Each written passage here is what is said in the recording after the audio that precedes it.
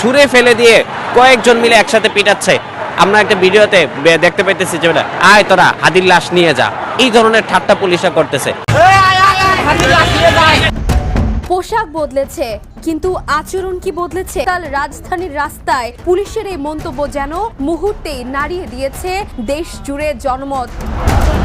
সংঘর্ষে ইনকিলাব মঞ্চের সদস্য সচিব আব্দুল্লাহ আল জাবের সহ বেশ কয়েকজন আহত হন। আন্দোলন কভার করতে থাকা কয়েকজন গণমাধ্যম কর্মীর ওপরেও পুলিশের তেড়ে যাওয়ার অভিযোগ উঠেছে।